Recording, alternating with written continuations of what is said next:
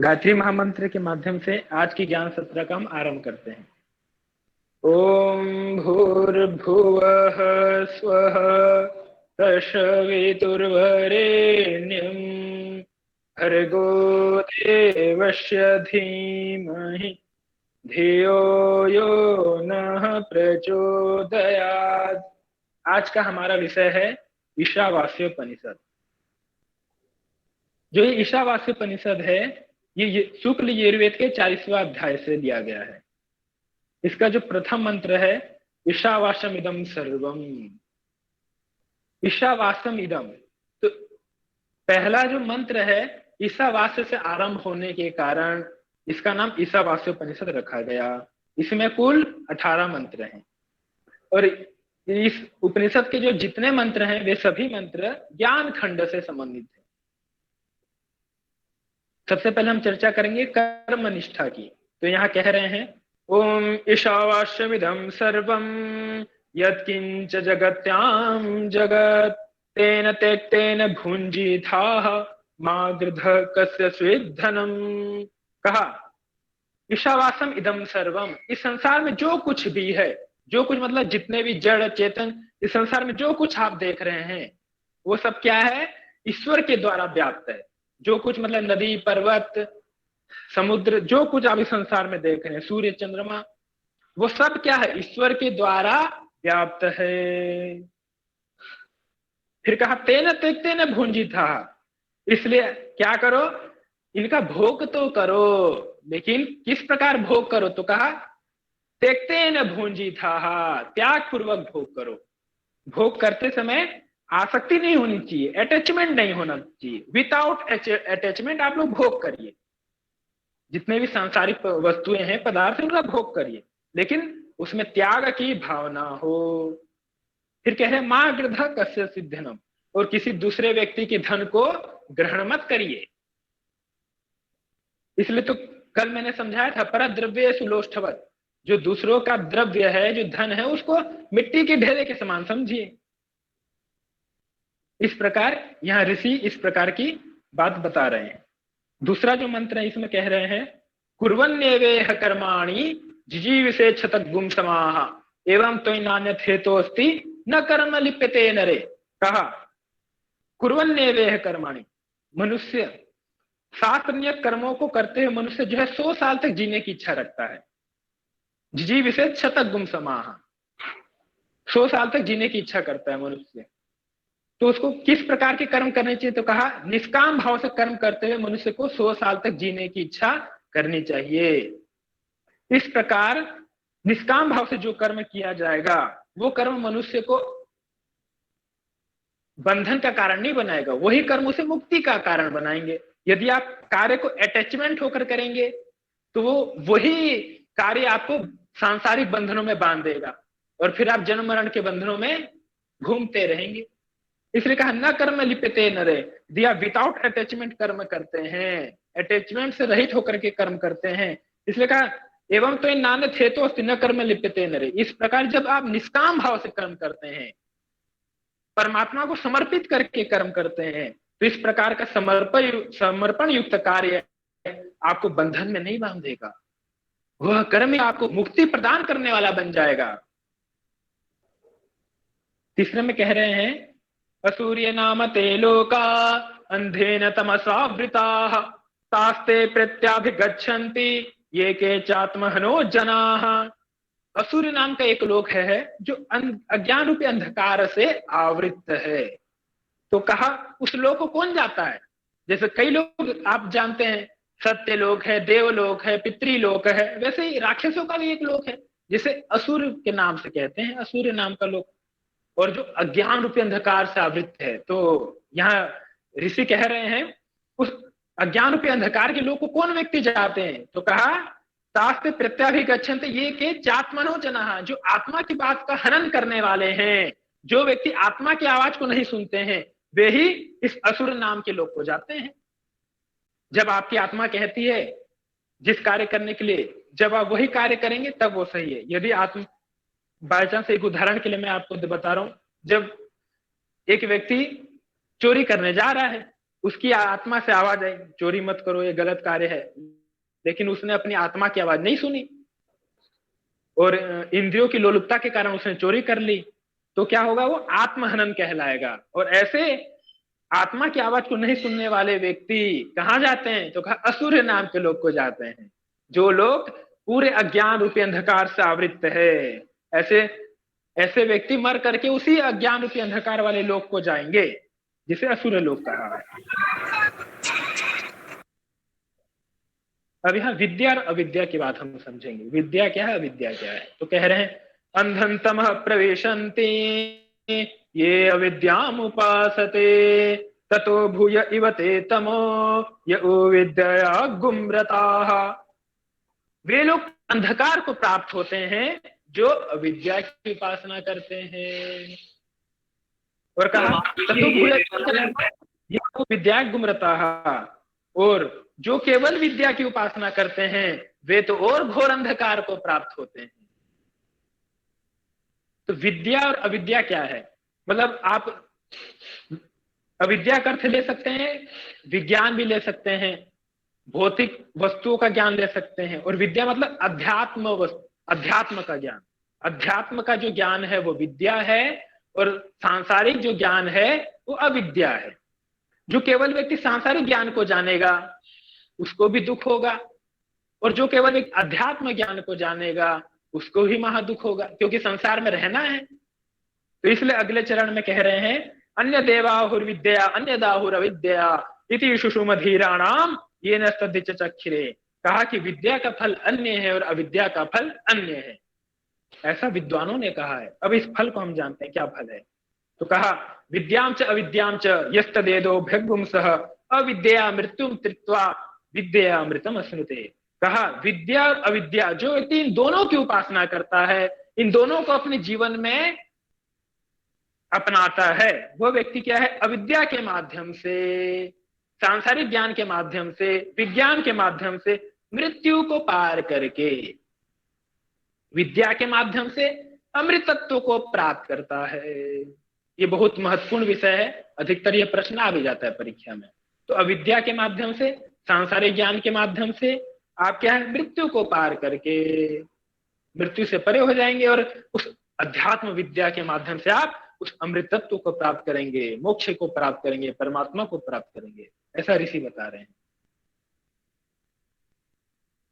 अंधं तमः प्रवेशन्ति ये शंभूतिमुपासते ततो भूय इव ते तमो गुम्रताः। भैया अभी इसके पहले वाले जो आपने लाइन बताई ना वो नहीं समझ में आया, इसके पहले वाले स्लाइड में। हाँ, ये यहाँ पर कह रहे हैं कि जो व्यक्ति विद्या और अविद्या इन दोनों की उपासना करता है वो अविद्या के माध्यम से, मतलब जो व्यक्ति अविद्या और विद्या दोनों को अपने जीवन में अपनाता है तो वो अविद्या के माध्यम से, मतलब सांसारिक ज्ञान के माध्यम से मृत्यु को पार कर लेगा, सहज संसार को पार कर लेगा। तो विद्या के माध्यम से जो रियल नॉलेज है, अध्यात्म का ज्ञान है, विद्या है, उसके माध्यम से वो अमृत तत्व को, मोक्ष को पाएगा। यहाँ हम अगले चरण में चर्चा कर रहे थे अंधं तमः प्रवेशन्ति ये शंभूतिमुपासते ततो भूय इव ते तमो यो संभूत्या गुम्रताः। कहा जो मनुष्य असंभूतिमुपासते, विनाशशील देव आदि की उपासना करते हैं। असंभूति मतलब जो, जैसे आप देखते हैं गणेश सरस्वती आदि जितने मूर्ति हैं उन मूर्तियों की उपासना करते हैं, और ततो भूय इव ते तमो यह संभूत्या गुम्रत, और जो अविनाशी उस परमेश्वर की उपासना करते हैं। तो कहा वे दोनों ही अंधकार को प्राप्त होते हैं। जो केवल जड़ की उपासना करते हैं वे भी अंधकार को प्राप्त होते हैं, और जो केवल चेतन की उपासना करते हैं वे भी अंधकार को प्राप्त होते हैं। मतलब जो केवल विनाशशील देव पितर मूर्ति आदि की साकार उपासना करेंगे वे भी अंधकार को प्राप्त होंगे, और जो निराकार उपासना करेंगे, संभूति की उपासना करेंगे, अविनाशी परमात्मा की उपासना करेंगे, वे भी घोर अंधकार को प्राप्त होंगे। तो हमें कौन सी उपासना करनी चाहिए, अब अगले चरण में कहेंगे। वो कह रहे हैं संभूतिं च विनाशं च यस्तदेदो भृगुंसः विनाशेन मृत्युम तृत्वा संभूत्या अमृतम अश्नुते। कहा जो मनुष्य इन दोनों की उपासना करता है, विनाशील देवताओं की भी उपासना करेगा और साथ में संभूति जो अविनाशी परमात्मा है उसी की भी उपासना करेगा, तब क्या होगा? विनाशेन मृत्युम तीर्त्वा, उस साकार की उपासना से, मूर्ति की उपासना से, विनाशील देव आदि की उपासना से कोई संसार जगत को पार कर लेगा। क्योंकि आपको संसार में रहना है तो सांसारिक देवी देवताओं को प्रसन्न करना पड़ेगा, और यदि आपको उस परमात्मा को प्राप्त करना है तो उस अविनाशी नित्य जो अमर परमात्मा है उसे स्मरण करना पड़ेगा। तो इसलिए कह रहे हैं उस विनाशील देव आदि की उपासना से मनुष्य जो है इस संसार को पार कर जाता है और उस परमात्मा का स्मरण करके वो अमृतत्व को प्राप्त कर लेता है। आप संसार में रह रहे हैं इसलिए सांसारिक जो जितने देवी देवता हैं, गणेश भगवान, सरस्वती जी, जितने आप देख रहे हैं साकार उपासना, अभी वो अनित्य हैं, लेकिन उनकी उपासना संसार में आप रह रहे हैं इसलिए आवश्यक है करना। साकार भी आवश्यक है, मूर्ति पूजा भी आवश्यक है, और फिर अगले चरण में कह रहे हैं संभूत्यामृतम सुनते, उस अविनाशी परमात्मा की उपासना भी आवश्यक है। एक में आप सीमित मत रहिए, कहा ससीम से असीम की ओर, मतलब एक सीमा है, वहां से आप असीम की ओर चलिए, जो परमात्मा है वहां तक, जड़ से चेतन की ओर। तो फिर आप चेतन की उपासना करिए, उस अविनाशी परमात्मा की उपासना करिए, तभी आप इस संसार जगत से भी पार हो पाएंगे, उस परमात्मा को भी प्राप्त कर पाएंगे जो जीवन का लक्ष्य है। ब्रह्म का ज्ञान कहा हिरण्यमयेन पात्रेण सत्यस्यापिहितं मुखं तत्वं पूषन् अपावृतो सत्यमाय दृष्टये। यहाँ कह रहे हैं हिरण्यमयेन पात्रेण सत्यस्यापिहितं मुखम, जो सत्य है, जो धर्म है, जो न्याय है, उसका मुख किससे ढका हुआ है? तो कहा सोने के ढक्कन से ढका हुआ है, माया के आवरण से ढका हुआ है। जो ब्रह्म है उसको माया ने आवृत कर रखा है। जब तक आप माया को नहीं हटा लेंगे, माया मतलब अविद्या, जब तक आप अविद्या को पार नहीं कर लेंगे तब तक आप उस ढक्कन को नहीं खोल सकते। इसलिए माया को हटा करके, इसलिए हम तत्वम पूषण अपावृणो, उस पूषण है भगवान जो पूषण है उससे हम प्रार्थना कर रहे हैं, अपावृणो, इस माया के आवरण को आप हटा दीजिए और ज्ञान का प्रकाश मुझे आलोकित कर दीजिए। सत्य धर्माय दृष्ट है, उस सत्य के ज्ञान के लिए, धर्म के ज्ञान के लिए इस अज्ञान रूपी आवरण को आप हटा दीजिए और जो ज्ञान का प्रकाश है वो मेरे अंदर आलोकित कर दीजिए, प्रकाशित कर दीजिए। इस प्रकार की प्रार्थना कर रहे हैं। वायुरनिलामृतमथेदं भस्मात् तद्गुं शरीरम् ओम कृतो स्मर कृतं स्मर कृतो स्मर कृतं स्मर। यहाँ कह रहे हैं जो प्राण है, इंद्रियां हैं, अविनाशी समष्टि, जो कुछ आप संसार में देख रहे हैं वे सब जो हैं वायु तत्व में जाकर प्रविष्ट हो जाएं और यह जो स्थूल शरीर है अग्नि में जलकर भस्म हो जाए। ऐसे परमात्मा का हम ध्यान करते हैं। एक प्रकार से यहाँ मतलब जितने सभी इंद्रिया और जो कुछ है उस सबको उस वायु तत्व में प्रविष्ट करके मुक्ति की बात कर रहे हैं कि आप सब अग्नि में जलकर भस्म हो जाए और हमें मुक्ति प्रदान करो, हम परमात्मा को प्राप्त करें। इस प्रकार की बात कर रहे हैं। अब हम ब्रह्म का स्वरूप जानेंगे। ब्रह्म का स्वरूप कैसा है? तो कहा अनेजदेकं मनसो जवीयो नन्यदेव आपनुवन् पूर्वमर्षत् तद्धावतो अन्यात्येति तिष्ठ तस्मिन् पुमातरिष्वा दधाति। कहा अनेजदेकं, वो ब्रह्म कैसा है? तो कहा वह ब्रह्म एक है। मनसो जवीयो, मन से भी तीव्र गति वाला है। फिर कहा नैन्य देवा आपनोन पूर्वमर्षत्, उसको कोई देवतागण प्राप्त नहीं कर पाए। तब धावतो अन्यात्येति, और जो दौड़ने वाले हैं उनसे भी वो स्थिर रहते हुए भी उनका अतिक्रमण कर जाता है, इतना तीव्र गतिशाली है वो ब्रह्म। और तिष्ठ तस्मिन् नपो मातरिस्वा दधाति, और उसके होने पर ही वायु आदि देवता जल वर्षा की क्रिया आदि कर पाते हैं। इस संसार में जितनी क्रिया है उस ब्रह्म के कारण संपादित हो पा रही हैं। जैसे वरुण देवता वर्षा आदि की क्रिया कर पा रहे हैं, अग्नि देवता अग्नि आदि की क्रिया, जो भी आप इस संसार में क्रियाएं देख रहे हैं वो सब ब्रह्म के द्वारा ही संचालित हो रही है। फिर कह रहे हैं तदे जति तन्ने जति तद दूरे तदंतिके तदंतरस्य सर्वस्य तो सर्वशास्य बाह्यतः। कहा तदेजति, वह ब्रह्म जो है वो चलता है। फिर कह रहे हैं तन्न एजति, वह ब्रह्म नहीं चलता है। मतलब इसका अर्थ क्या हुआ, वह ब्रह्म चलता है, मतलब वो ब्रह्म हर जगह व्याप्त है, उसको चलने की आवश्यकता नहीं, और वो ब्रह्म नहीं चलता है, नहीं चलते भी हर कण कण में व्याप्त है ब्रह्म। इसलिए इसलिए तो कहते हैं सृष्टि के कण कण में परमात्मा का वास है। तो कैसे वास है, वो नहीं चलते हुए भी चल रहा है और चलते हुए भी नहीं चल रहा है, क्योंकि वो सृष्टि के कण कण में विद्यमान है। आप जहां देखेंगे वहां ब्रह्म है। तद दूरे, वो बहुत दूर है, किसके लिए, जो बहुत ज्ञानी है, जो बहुत बुद्धि लगाने वाले हैं, उनके लिए तो वो परमात्मा बहुत दूर है, क्योंकि वो ज्ञान के माध्यम से बहुत लंबी साधना करेंगे उसको प्राप्त करने के लिए। लेकिन तदंत के वो निकट किसके है, तो कहा जो भक्त है, जो मेरा भक्त है उसके मैं निकट हूं। इसलिए तो कह रहे हैं ना हम वसामि वैकुंठे ना योगिनाम हृदय च, मद्भक्ता यत्र गायन्ति तत्र तिष्ठामि नारद। कहा मेरे भक्त मेरा जहां गायन करते हैं मैं स्वयं वही निवास करता हूं। तो यही बात यहां से प्रमाणित हो रही है कि तदंति के वह ब्रह्म जो है भक्तों के अति निकट है। फिर कहा तदंतर से सर्वस्य तदु सर्वस्यास्य बाह्यतः, वो इस सृष्टि के अंदर भी है और बाहर भी है, मतलब हर जगह व्याप्त है, सृष्टि के कण कण में उस ब्रह्म का वास है। सपरेगा शुक्रम अकायम अवर्णम अवसनागुम शुद्धम अपाप वृद्धम कबीर मनीषी परिभो स्वयंभो याथा तथो अर्थान विधाच्छा स्वतिभ्य समाभ्य। यहाँ ब्रह्म का स्वरूप बता रहे हैं। कहा वह ब्रह्म कैसा है, तो कहा सपर्यगात, वह ब्रह्म सर्वत्र व्याप्त है। शुक्रम, वह तेज स्वरूप है, प्रकाश स्वरूप है। अकायम, शरीर से रहित है, स्थूल शरीर से रहित है, वो सूक्ष्म शरीर से भी रहित है। फिर कहा अवर्णम, छिद्र रहित है।